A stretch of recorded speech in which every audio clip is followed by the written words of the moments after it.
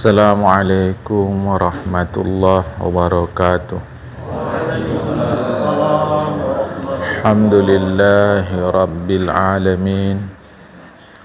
Wassalatu wassalamu ala ashrafil anbiya'i wal mursalin, habibina wa maulana Muhammadin wa ala alihi wa sahbihi ajma'in. May yahdillahu fala mudilla lahu wa may yudlil fala hadiya lahu. Qala al-musannif rahimahullahu ta'ala wa nafa'ana bi'ulumihi fid darain amin. Tsumma qala, makalah yang ke-10 dari Hasan Basri rahimahullah, bahwasanya dia berkata, tertulis di dalam kitab Taurat ada 5 perkara. 1. Bahwasanya kekayaan ada di dalam qanaah. Kekayaan ini yaitu nafkah yang cukup. Ini jamaah bukan kaya dalam fikih. Dalam fikih kaya itu lebih dari keperluan. Itu kaya. Satu hari kita perlu nafkah anak isteri semualah. Misal kata Rp10.000. Tapi kita dapat lebih dari Rp10.000. Rp11.000 kah? Seterusnya lah. Maka itu sudah disebut kaya dalam fikih jamaah. Tetapi kita ni sedang belajar bertauhid, bukan ilmu tauhid. Ilmu tauhid itulah yang selalu kita kaji secara Asy'ariyah, sifat 20, sifat 4. 20 pada Allah, 4 pada Rasul, 1 jaiz pada Allah, 1 jaiz pada Rasul. Akidah 50, bukan itu. Tapi tauhid dalam kehidupan kita, dalam praktek kita. Ini yang sedang kita pelajari jamaah. Apa kaya itu? Yaitu nafkah yang cukup.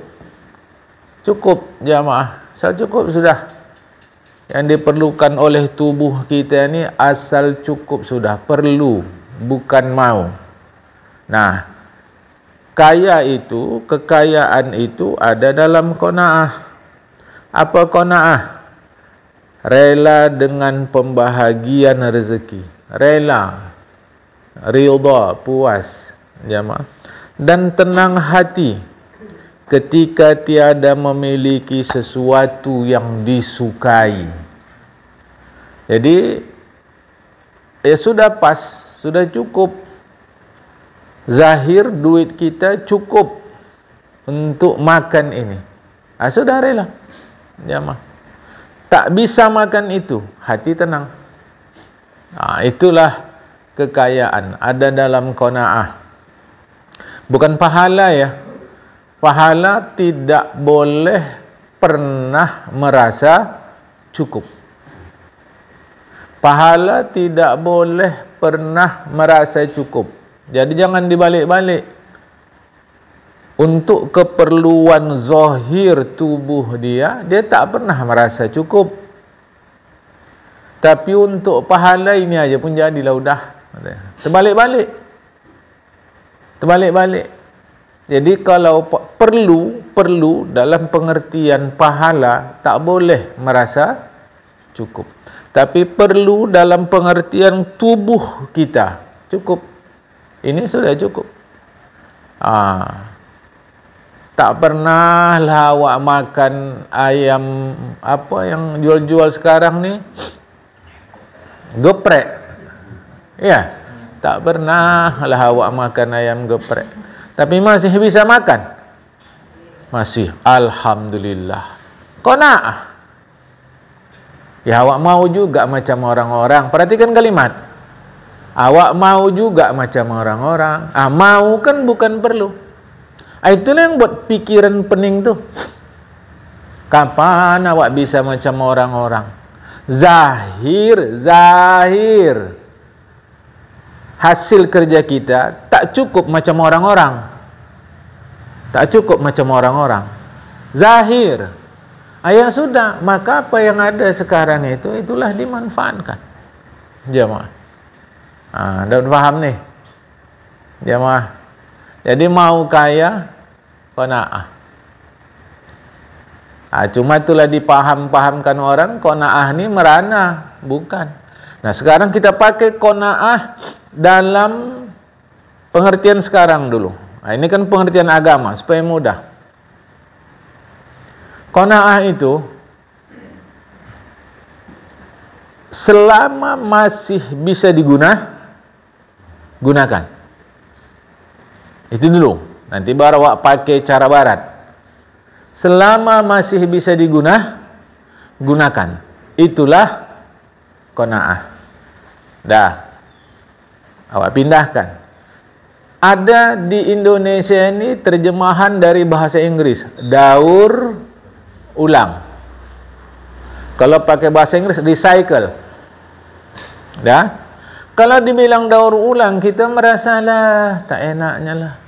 Padahal sekarang pemerintah, dengar apa tidak kita, saya tak tahu, itu bukan sedang pun, dah lama mendidik masyarakat agar benda-benda yang masih bisa gunakan.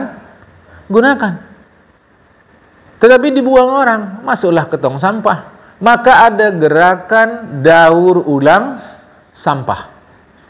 Sehingga dari bahan-bahan yang sudah dibuang oleh orang itu bisa jadi macam-macam. Dan bisa jadi duit. Jamaah. Dah. Di barat sana pun begitu. Benda-benda yang masih bisa dibuat lagi. Diolah lagi. Itulah qanaah. Jadi qanaah ini jamaah, di kita, di umat Islam kita, di Indonesia wabil khusus, dipahamkan hidup menderita. Padahal selama benda masih bisa gunakan. Itulah kain perca. Ingat lagi kain perca-perca. Dijahit lagi jadi keset. Dijahit lagi jadi ini. Itu qanaah. Jamaah. Itulah qanaah itu. Itu qanaah, jamaah. Di barat pun sampai sekarang itu berlaku. Sampai sekarang. Karena selama benda masih bisa digunakan, kenapa dibuang?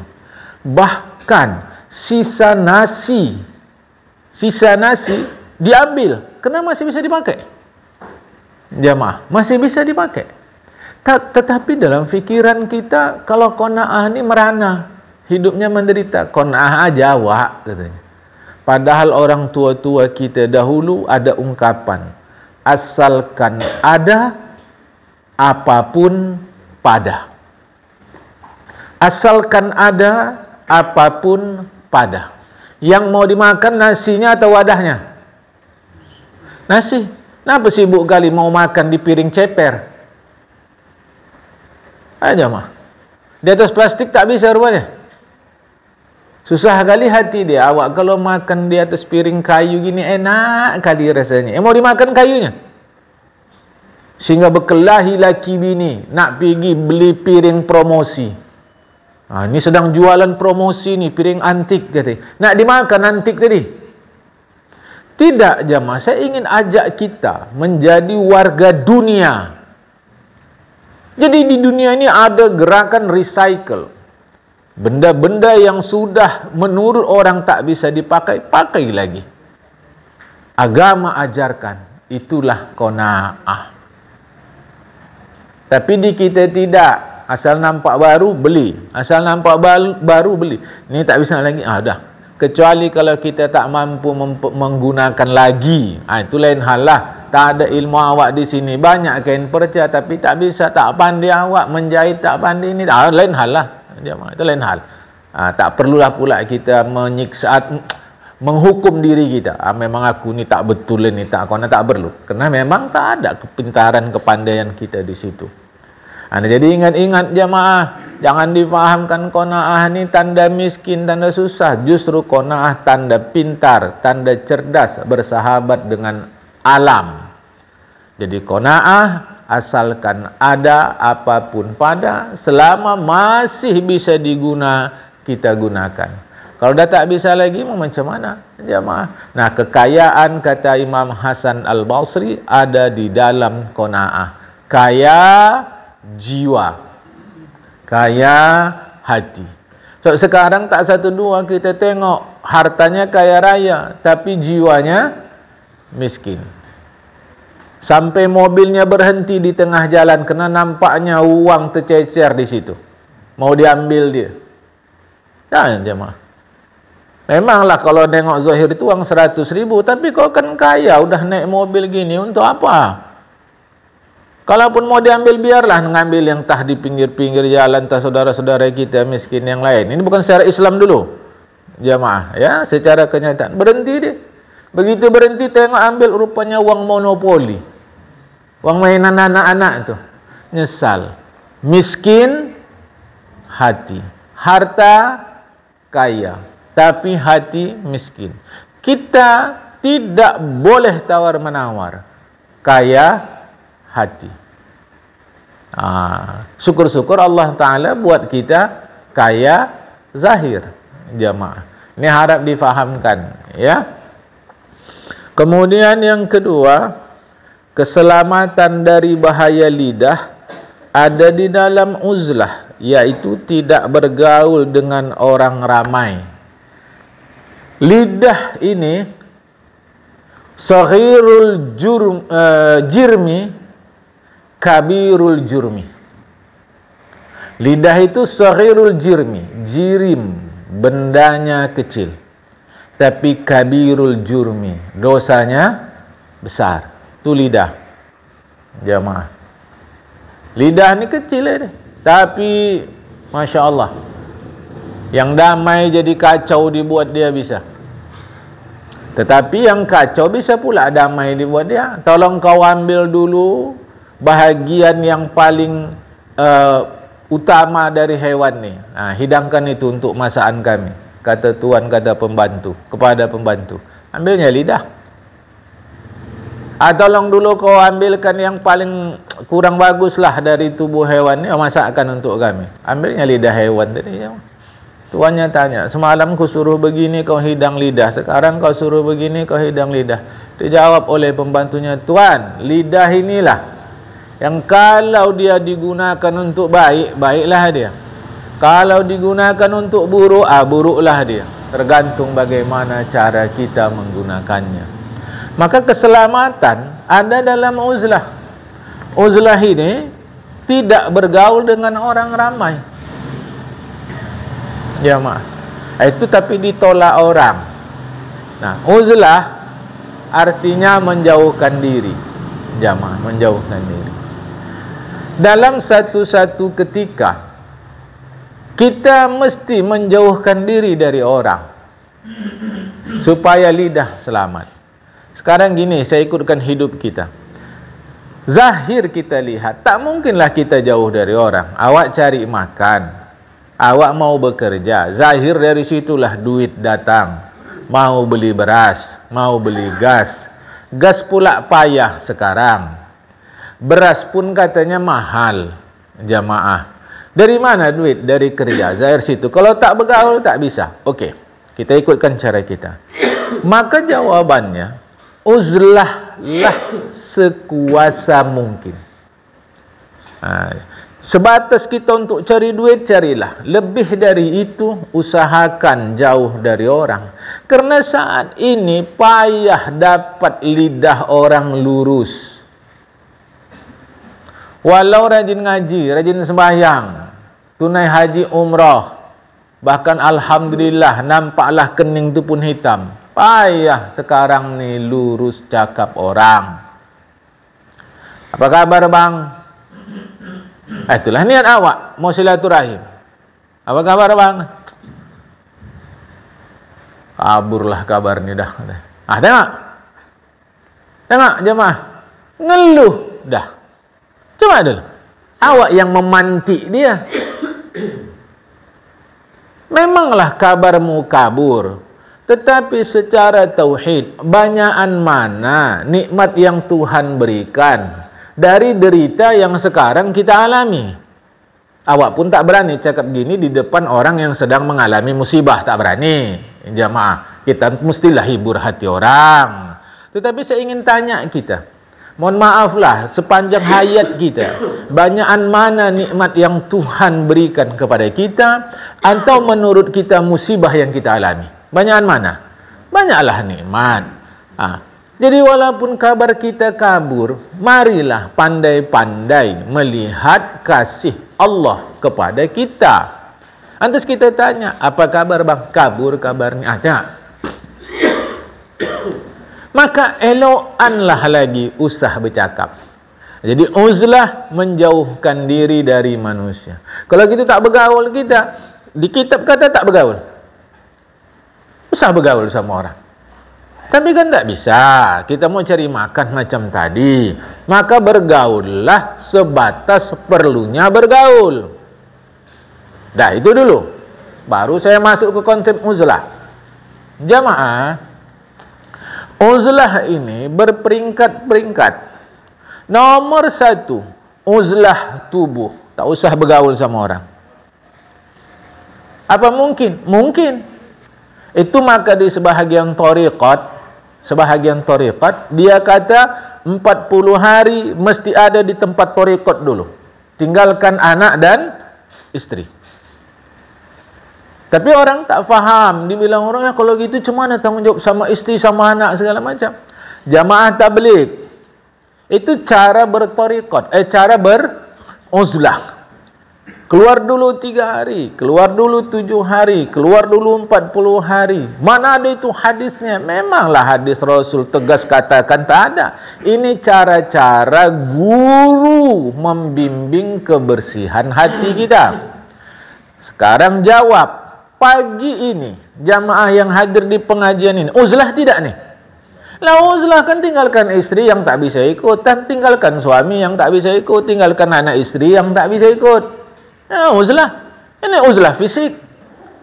Ayo cari duit sekarang nih. Kan tidak. Uzlah ada masanya, jamaah. Dah. Nah, secara luas saya bagi tahu. Tadi sudah saya sebut di thariqat, di jamaah tabligh. Akademi itu. Contoh akademi militer. Baik, jamaah yang disalah. Contoh macam akademi itu. Seperti akademi militer. Boleh enggak orang itu dijumpai orang lain selama pendidikan? Tak boleh. Bahkan ayah mak pun tak boleh. Uzlah tidak? Uzlah. Kenapa diuzlahkan orang itu? Supaya beres pikirannya. Jangan jumpa orang. Latihan di sini sekian bulan, sekian tahun. Nanti kalau sudah sampai masanya baru kalian diwisuda. Uzlah. Jadi ulama pun mengajarkan uzlah. Jauhkan diri kalian dari bergaul. Kenapa? Untuk memperbaiki diri kalian sementara. Tetapi orang yang tak mengerti, ketika disebut uzlah dalam agama, masa agama suruh uzlah? Jadi kapan kita mau cari nafkah? Kapan mau begini? Saya sudah contohkan tadi jamaah. Mengapa kita bisa terima uzlah di akademi-akademi itu? Masa di agama tak bisa? Bahaya agama ni, dalam agama ni kalau kita langgar dia lebih berat jamaah. Tetapi tak sembarang uzlah, dia mesti ada aturan. Nah, balik ke contoh akademi militer. Okey, selama sekian tahun menurut direktur daripada akademi militer, mereka sudah pantas untuk dilepas di masyarakat. Dah? Apa istilahnya, terserahlah. Mau wisuda, mau pelantikan, mau apa, terserah. Keluarlah mereka. Keluar mereka. Keluar mereka. Fisik mereka bergaul tidak dengan masyarakat. Militer tadi bergaul. Jawab berikut ini. Jiwa mereka, jiwa sipil apa jiwa militer? Tengok. Tengok. Fisik bergaul sama masyarakat, tapi jiwa bergaul tidak. Tidak. Tidak. Ya, ini saya dekatkan faham supaya jangan salah konsep uzlah. Fisik mereka militer aktif itu, bergaul sama kita ramah, tapi jiwa mereka tidak. Satu ketika, saya simpangkan dulu. Militer dididik apa? Sependek yang saya tahu, militer cuma dididik 2. Kalau tidak kau membunuh, kau dibunuh. Itulah inti militer. Karena dia untuk perang. Maka walau dia bergaul dengan kita, senyum di masyarakat, ikut jiwanya tetap saja kalau tidak membunuh, dibunuh. Maka seramah-ramah militer ngelepuk orang biasa aja. Bukan kejam. Bukan. Memang itu jemaah. Masa militer apa namanya, penakut. Itu tak mungkin. Dia kalau nggak membunuh, dibunuh. Oke. Sekarang pensiunlah si militer tadi. Secara formal dia bukan lagi militer. Bergaul sama kita. Pertanyaanku, jiwanya militer nggak? Setelah pensiun? Masih tetap aja garang-garangnya. Uzlah bagi para muntahi, ulama-ulama yang sudah pada peringkat jauh itu jamaah. Nanti ada namanya mubtadi. Mubtadi itu junior. Ulama sudah sampai pada tingkat muntahi, senior itu, walau fisik dia bergaul sama kita, jiwa dia tetap dengan Allah Subhanahu wa ta'ala. Jadi uzlah tahap awal pada fisik, tahap berikut pada hati. Nanti ada tahap lebih tinggi lagi, namanya tahap sir jamaah. Itu maka sampai ulama berfatwa, kalau sedetik saja aku lupa, bukan sedetik, kalau di kitab itu saatan, sekejap saja aku lupa kepada Allah, kuhukumkan diriku kufur. Sampai begitu. Kalau sekejap saja aku lupa kepada Allah, kuhukumkan kufur. Siapa? Kalau dalam kitab tak sebut aku. Dalam kitab sebut siapa yang lalai kepada Allah walau sebentar, kufurlah ia. Coba tu jamaah. Itu ke sana. Bukan, tak bisa itu kita dekati. Tak bisa. Kerana macam kita ni lebih lama lalai pada ingat. Macam kita kapan ingat Allah? Sakit. Sekali-sekali lah sakit. Sedang dapat musibah. Sedang diusir laki. Sedang difitnah bini. Sedang anak durhaka sama kita. Sedang anak menyakiti kita. Sedang orang tua konflik sama kita. Ada kala itu dengan Allah Ta'ala. Tanah tak laku-laku. Ada kala itu. Mana bisa kita ikut peringkat senior militer itu? Awak baru dalam akademi militer, baru masuk pendidikan, yang sedih-sedih lah itu, yang nangis-nangis lah itu jemaah. Tapi kalau nanti dah jadi militer dia, atau kalau sudah pensiun dia, tengok sampai dia kata, ku dharma baktikan jiwa dan ragaku untuk negara. Cak jemaah. Ini dia. Sampai ayahnya pun dibunuhnya dalam perang. Ikrimah bin Abu Jahal. Ayahnya Abu Jahal, Ikrimah sahabat Rasul. Dalam satu peperangan mati Abu Jahal di tangan Ikrimah. Kenapa? Uzlahnya sudah pada jiwa jamaah. Macam kita ni sudah uzlah ni, uzlah. Jadi uzlah itu bukan artinya tak bergaul, tak ada tahapan dia. Tapi itu tadilah orang-orang yang tak faham tu, masa Islam mengajarkan tak bergaul, tak. Tunggu dulu, ada masanya, ada waktunya, ada tempatnya. Saya buktikan pagi hari ini saja kita uzlah. Ini uzlah fisik nih. Apakah jiwa kita uzlah? Saya tak tahu. Tapi uzlah pasti, sudah pasti fisik ni uzlah. Maka kata Syekh Hasan Basri, Al-Imam Al-Hasan Al-Basri, keselamatan ada pada uzlah. Karena kalau sendiri kita, tak akan mulut kita ni macam-macam. Tapi kalau dah berdua dia, dah itu. Cara orang sekarang, tak bisa semua jemaah. Jadi saya harap konsep uzlah yang baik itu jangan disalah mengertikan. Jangan disalah mengertikan. Karena sesungguhnya kita pun hari-hari uzlah. Hari-hari. Waktu kita sembahyang 5 waktu tu, uzlah itu jemaah. Uzlah jemaah. Ini harap-harap difahamkan ya, untuk menjaga jiwa kita, menjaga hati kita, menjaga amal kita. Itu ya. Jadi jangan salah kaji nanti.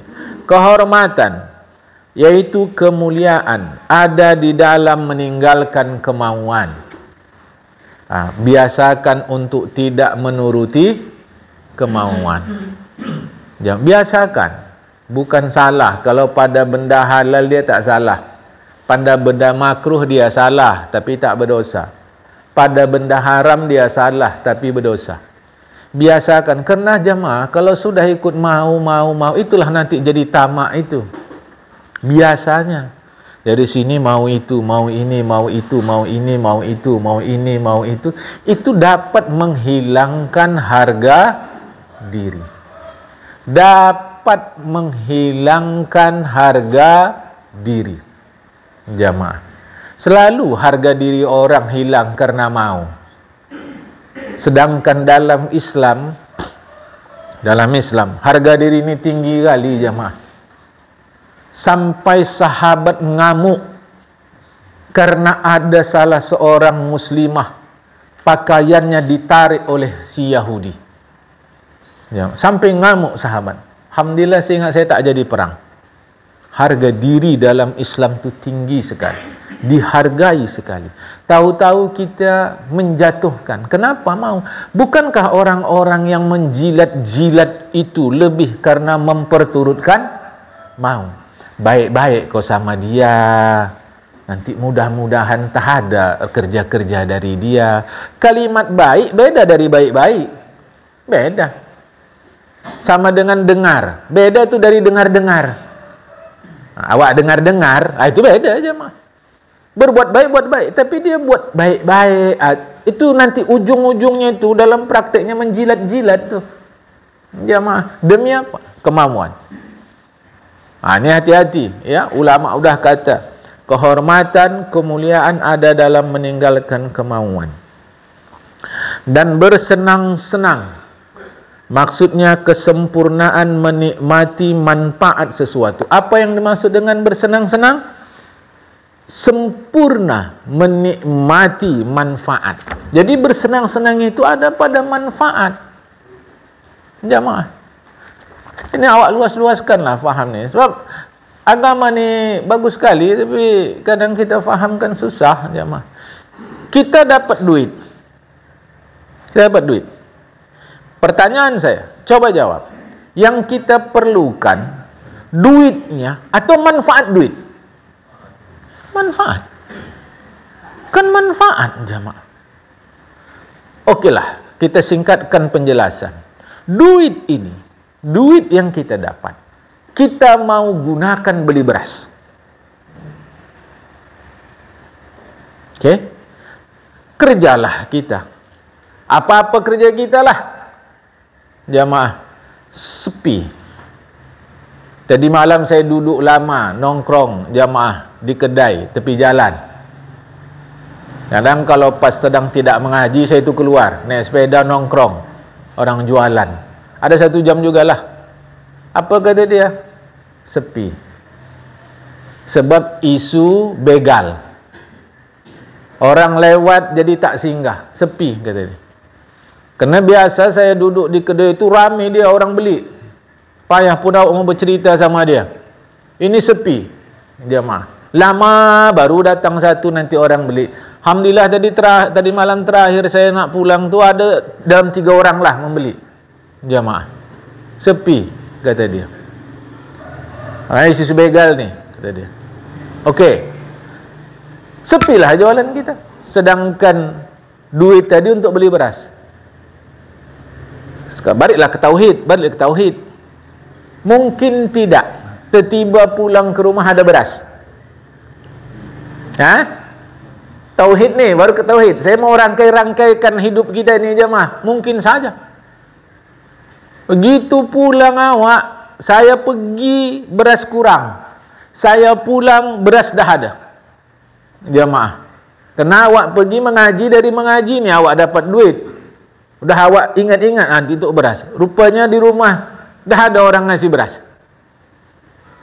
Apa artinya? Di sana kita waktu jualan tadi memanglah sepi kena untuk beli beras, tapi Allah sudah ganti dengan beras di rumah. Ingat, yang kita inginkan dari duit adalah manfaat. Okey, duit tak dapat, berasnya ada. Okey, kita teruskan. Ini ngaji Razzaq, Allah Maha Pemberi rezeki.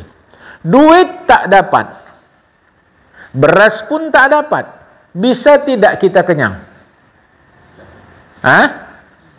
Bisa tidak? Saya ke tauhid. Bisa. Razzaq. Inilah cara saya mengajak kita.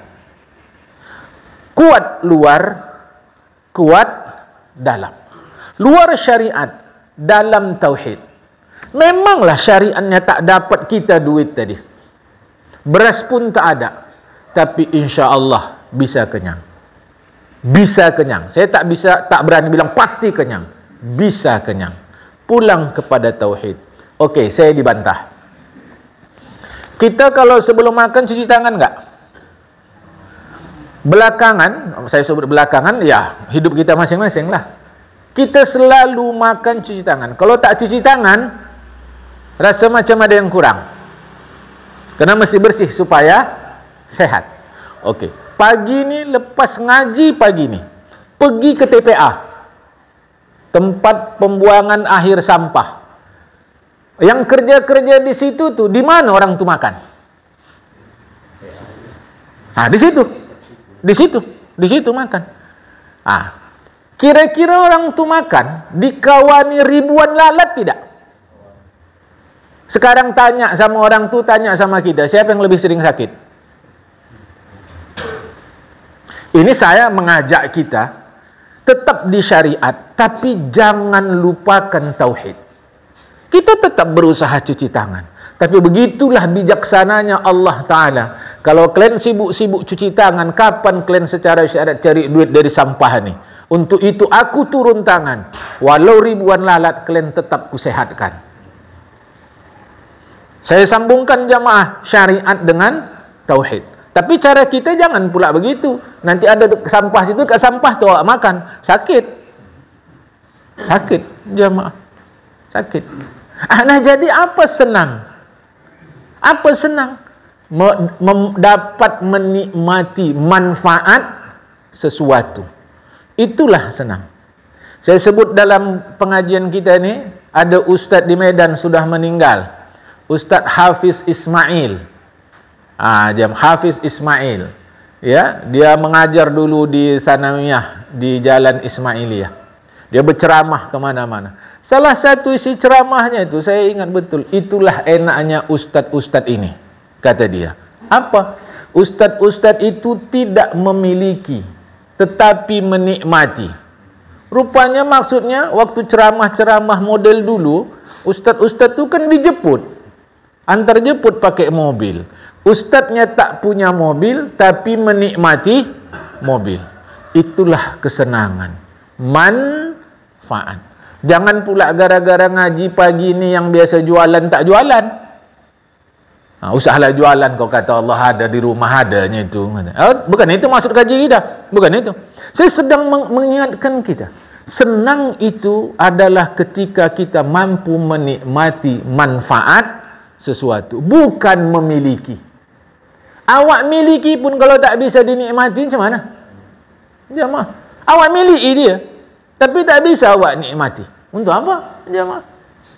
Maka senang menikmati manfaat sesuatu ada di dalam hari-hari yang panjang, yaitu di akhirat, di dalam surga. Hakikat kesenangan nanti pada hari yang panjang.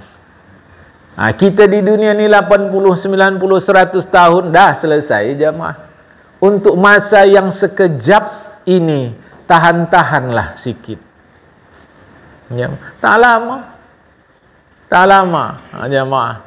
Saya rasa kita semua dah faham lah. Utamanya orang tua-tua kita yang usia sudah tinggi pagi hari ini. Rasa-rasa macam baru semalam. Rasa-rasa macam baru kemarin awak mandi Sungai Deli itu. Cebar-cebur, cebar-cebur. Sedap. Sekarang apa yang nak dimandikan? Warna dia pun dah macam kopi susu. Jemaah. Tapi teringat awak. Itu kadang awak, dulu saya, inilah salah satu beda saya dari kawan-kawan jemaah. Awak tetap berkawan sama kan. Tapi waktu kecil tu, di Masjid Jami' Belawan tu, saya suka kali gabung sama orang-orang tua, atu-atu. Suka jemaah. Disitulah saya tahu rasa rokok daun. Suka jemaah. Awak dengar cerita orang tu sedap kali. Cerita bertempur sana, bertempur sini, cerita orang tu sini tu dulu begini, sini tu begini. Si Fulan tu penakut tu. Ya tidak riba oleh karena walaupun diceritakan si Fulan dia bersenang-senang juga jemaah. Itu maka saya suka jemaah. Sedap soal begini. Rupanya awak sekarang setelah beranak itu pula cerita awak. Ayah dulu begini, begini. Macam baru semalam. Kaitkan dengan kaji. Tahan-tahanlah sikit untuk kesenangan yang tidak ada akhirnya. Jadi Imam Hasan Basri mengajarkan kita kesenangan yang panjang nanti di akhirat. Untuk tahan sekejap aja sini jamaah. Sekejap saja. Senang apa yang kita tahan? Senang yang dilarang. Senang yang tak dilarang, contoh Rasulullah. Rasulullah itu senang-senang sama istrinya Aisyah. Lomba-lomba lari jemaah. Lomba lari sama Aisyah. Menang Rasulullah. Merengut Aisyah. Besok lomba lari lagi. Sengaja Rasulullah kalahkan dirinya. Supaya senang Aisyah. Bersenang-senang. Apa yang salah situ? Jemaah. Senang-senang yang salah adalah sedang senang yang melanggar aturan agama. Kalau bersesuaian dengan aturan agama, malah berpahala. Kalau kita baca kitab fikih, tapi kita tak pernah. Kerana di fikih-fikih kita ini selalu hukum-hukum. Di kitab yang luas-luas kitab fikih itu sampai ada teka-teki. Teka-teki fikih. Buat begitu je mah. Itu kan bagian dari bersenang-senang cara ulama. Maka tak ada masalah. Yang dilarang adalah bila berlawanan dengan aturan agama. Nah jadi kata Imam Hasan Basri, bersenang-senang ada di dalam hari-hari yang panjang, itulah di akhirat. Dan kesabaran. Apa sabar? Menanggung beratnya melaksanakan perintah Allah dan musibah dan menjauhkan diri dari larangan Allah itu sebentar saja selama di dunia. Sabar itu sebentar. Kalau ada yang bilang sabar itu ringan, ya mungkin dia sudah berfaham jamaah.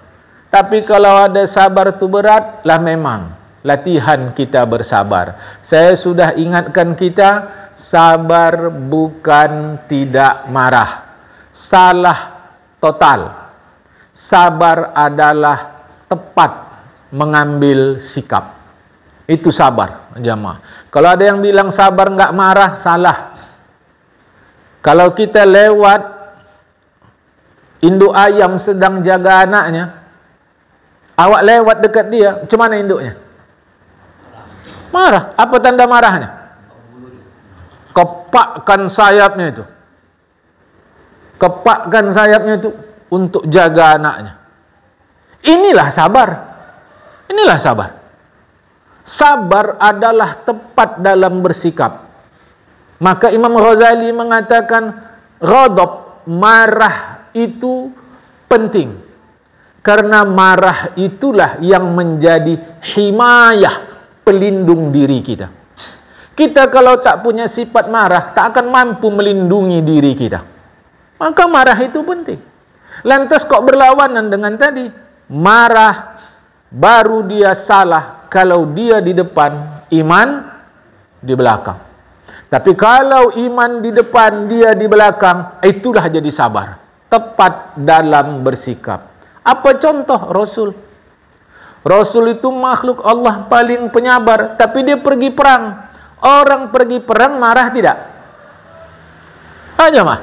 Orang pergi perang marah tidak? Marah. Takkan orang pergi perang jumpa musuh digelitiknya musuh itu. Takkan. Dia kalau pergi perang macam tadi. Kalau tak dia membunuh, dia dibunuh. Takkan orang membunuh sambil senyum. Sedangkan kita berkeyakinan Rasulullah makhluk paling penyabar. Lah, orang pergi perang marah, kok berlawanan? Tidak. Marah adalah ketika dia di depan, iman di belakang, itulah yang salah. Tapi ketika iman di depan, dia di belakang, itulah jadi proteksi seperti ayam tadi. Dia kepakkan sayapnya, terlindung anaknya, awak pun lari. Angsa satu lagi. Tapi kalau angsa ini asal lewat aja awak ada serodoknya saja, lain dari ayam. Dan jadi sabar ni apa? Sabar ini tepat bersikap. Awak tengok bini abang keluar tak tutup-tutup aurat. Kenapa abang tak marahi? Alah, sabar aja awak. Dah begini takdir Allah. Ini bukan sabar. Ini lakinya ni pasutri. Masuk dalam organisasi pasutri. Apa itu? Persatuan suami-suami takut istri. Ini laki bacul. Dia mah. Ya tegur lebih bini kita. Itu kau bukan sabar kau tu. Itu bukan sabar. Itu penakut. Marah. Ya kita mesti marah. Cemburu kita. Hukum Allah diabaikan oleh istri kita.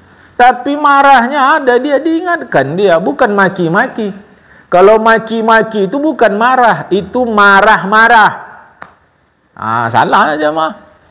Satu. Terusnya saya mengingatkan lagi. Supaya jangan salah. Ada pula pelajarannya di masyarakat. Sabar itu 3 kali. Tah dari mana pelajaran ini? Tak tahu awak. Apakah kerana subhana rabbiyal a'la 3 kali?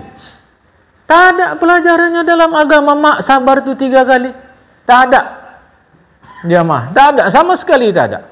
Kalaulah dibilang sabar tu tidak marah, berarti na'udzubillah, cakap saya ni jamaah kasar ini, berarti Rasulullah bohong. Mengapa? Karena Rasulullah bilang Umar pasti masuk surga. Padahal Umar itu, kalau bahasa kami orang mendeling, yang betengannya itu jamaah. Umar tu beteng, tahu betengan? Cara orang mendeling lah. Kalau mungkin bahasa Melayu, perampang. Sampai iblis pun takut. Tapi masuk surga ni. Coba dulu. Coba jamaah. Jadi sabar tu tak ada batas. Cuma yang dipahami masyarakat, ditokok sekali, sabar awak. Tokok 2 kali, sabar awak.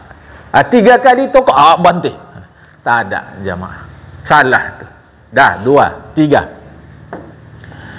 Kita ni mungkin masih marah, tapi kita tahan. Kita tahan. Ini namanya latihan sabar. Tasobbaro, latihan sabar, bukan sabar.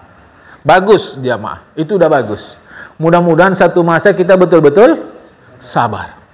Latihan jamaah. Tapi saya harus bagi tahukan kita, jangan tak marah. Marah.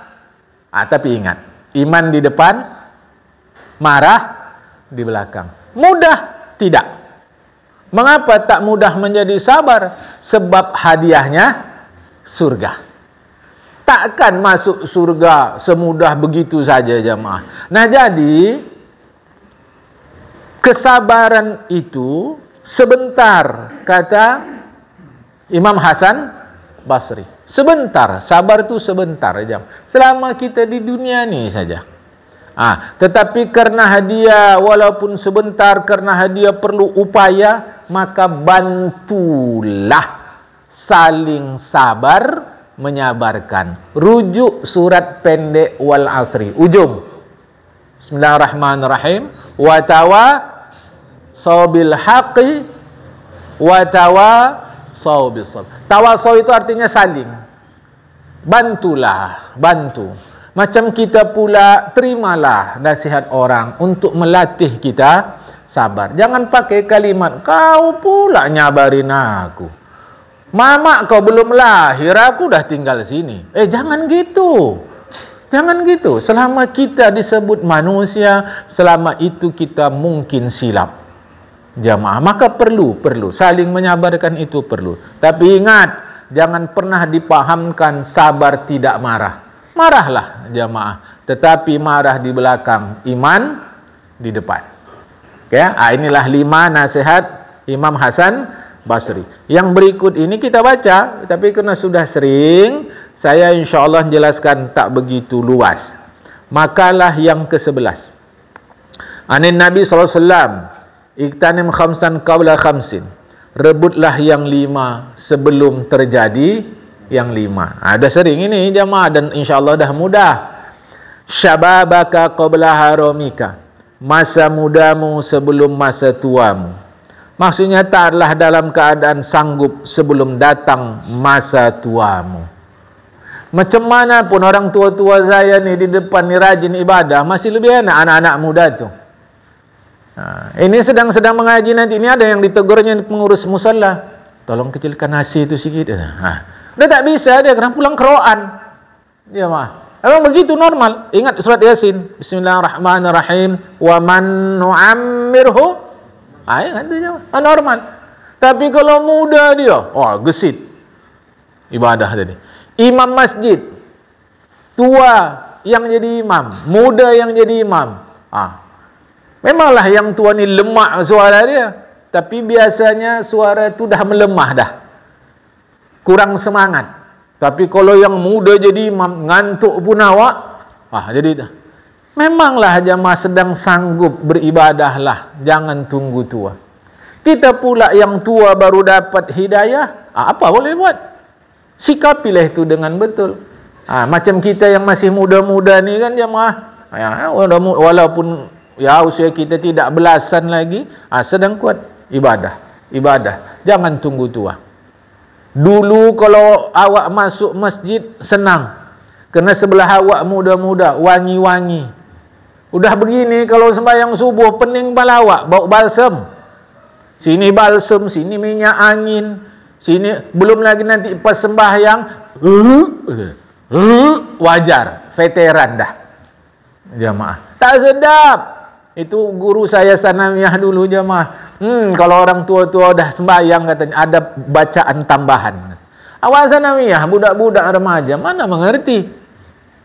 Rupanya tambahannya itulah dipraktekannya. Waktu ruku ada tambahan. Itulah tambahannya katanya. Ya pula. Awal sanawiyah dulu 80-an jamaah. Awak tak mengerti. Remaja manalah tahu sampai begitu-gitu. Setelah tambah umur, iya pula. Ini kuatlah sikit, kuat lagi pas angin. Kalian. Mulailah tu jemaah. Syababaka qabla haramika. Masa kuat sebelum masa lemah. Tuamu atau lemahmu. Wasihataka qabla saqamika. Sehatmu sebelum sakitmu. Maksudnya beramal solehlah ketika sehat, sebelum datangnya penghalang. Seperti sakit. Kalau dah sakit, itulah bangsa pertanyaan tu. Macam mana Ustaz cara sembahyang duduk ni? Kata, tak ada yang salah. Memang begitulah jemaah. Awak tak bisa lagi sembahyang di masjid. Ngapa begitu Pak, Bu? Kata awak. Cepat kali imamnya. Padahal standarnya imamnya. Tapi bagi dia sudah cepat. Kalau awak ikuti sesak-sesak nafas awak, kata, dalam sembahyang di rumah aja. Boleh lagi jemaah. Sehat sebelum datang penghalang. 3, 4. Wa ghinaka qabla fakrika. Kayamu sebelum miskin. Maksudnya apa nih? Bersedekahlah dari kelebihan keperluan orang yang wajib dinafkahi sebelum terjadi bahaya yang menghabiskan hartamu. Akibatnya jadilah kamu miskin dunia akhirat. Nah sekarang ni ada lebih, berapa lebih uang kita? 1.000, 10.000, 10.000, 100.000, 100.000, sejuta, sedekah aja. Jangan nanti tunggu dah habis baru cantik kali mulut. Aku kalau adalah duit aku bantu dia tu. Pas ada kemarin, adalah. Jangan kaya sebelum miskin. Jangan terbayang kaya ni punya mobil 10. Tidak, asal lebih dari keperluan. Tapi tetap macam kaji-kaji kita yang lalu, hati-hati memberikan harta. Orang belakang ini jahat-jahat. Dibantulah dia harta tadi bukan untuk keperluan, digunakannya bersenang-senang. Yang ngasih tu kadang ada juga rasa kesalawak. Kata dia aja mau awak buatkan untuk ini, dibuatkannya untuk itu. Coba aja untuk itu tadi bukan maksiat, tapi kurang manfaat. Tetapi ada juga dikasih, digunakannya untuk maksiat. Jamaah mau hati-hati. Namun ingatlah, kalau kita orang yang bangsa sakhi, dermawan, Allah pun tahunya itu. Wa hayataka qabla mautika, hidupmu sebelum mati. Maksudnya lakukan yang bermanfaat setelah matimu. Karena sesungguhnya siapa saja yang mati, terputuslah amalnya. Sedang hidup, lakukan sesuatu yang bermanfaat untuk kita mati. Karena kalau orang dah mati tak bisa beramal lagi, putuslah amal dia aja Bukan orang doakan kita, bukan orang ngasih pahalanya untuk kita, itu urusan dia, kitanya. Kalau sudah mati, putuslah amal. Mana bisa beramal lagi?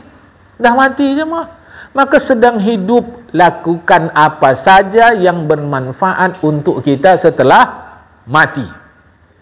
Jamaah, ya, lakukan. Saya harus ingatkan kita, jangan lalai. Akhirnya yang kelima, wa faraghaka qabla syughlika, manfaatkan masa lapang. Maksud masa lapang ni di dunia. Jangan pahamkan masa lapang awak sibuk kerja, enggak bisa beramal, bukan itu. Karena bekerja itu sendiri pun itu adalah ibadah. Cuma kan dah lalu-lalu kita kaji, ada ibadah mahdhah, ada ibadah ghairu mahdhah. Jadi kita bekerja itu ibadah. Sahabat Nabi tangannya kasar, pernah salaman sama Nabi, pernah salaman. Apa kata Nabi? Inilah tangan yang menyelamatkan dia dari neraka. Tengok tu jam. Dalam Islam bekerja itu tinggi kali pahalanya. Tapi dia ibadah ghairu mahdhah. Tak ada petunjuk dari Rasulullah kalau bekerja rukunnya ini, syarat ini, tak ada. Tak ada jemaah. Jadi maksudnya ini masa lapang, bukan maksudnya sedang awak tak kerja, tak ada pekerjaan, bukan itu. Maksudnya selama di dunia, sebelum sibuk menghadapi huru-hara kiamat. Itu jemaah. Sebelum menghadapi huru-hara kiamat, yang permulaannya adalah kubur. Jadi di dunia ini disebut masa lapang. Sebelum nanti masuk kubur itu dah masa sempit. Tak bisa lagi jemaah. Jadi bukan maksudnya sedang awak sekarang kosong-kosong, tak ada kerja, tak ada apa, ya ibadahlah. Oh, salah total. Ini dalam kaitan dunia akhirat. Dunia ini disebut masa lapang. Akhirat itu masa sempit. Bayangkan kiamat jemaah. Tak usah kiamat lah, gempa saja. Tak usah gempa lah. Kalau cara Medan ni kan jarang. Banjir. Bukti waktu masa lalu tu jebol benteng tu jemaah. Banjirlah dia. Itu masa sempit. Apalagi nanti dapat kita kiamat. Apalagi dapat kita, Masya Allah. Ya, masuklah kubur, itu masa sempit. Sekarang sedang lapang di dunia ini buat. Begitulah yang disebutkan oleh Azizi dari Imam Munawi. 5 perkara ini tidak diketahui melainkan setelah berlalu. Iyalah jemaah. Masa muda tak tahu itu manfaatnya kecuali oleh orang tua. Sampai dia bilang enaklah kalian sekarang, kata dia. Kalau kami dulu mana bisa macam kalian ni, kata dia. Jemaah ya. Telah meriwayatkan akan hadis ini oleh Imam Hakim dan Imam Baihaqi dari Ibnu Abbas dengan sanad hasan, baik. Telah meriwayatkannya pula oleh Imam Ahmad dan Imam Abu Nuaim dan Imam Baihaqi dari Ammar bin Maimun. Inilah kaji kita pagi ini. Mudah-mudahan baik untuk saya, baik untuk kita semua. Wallahul muwaffiq ila aqwamit thoriq. Assalamualaikum warahmatullahi wabarakatuh.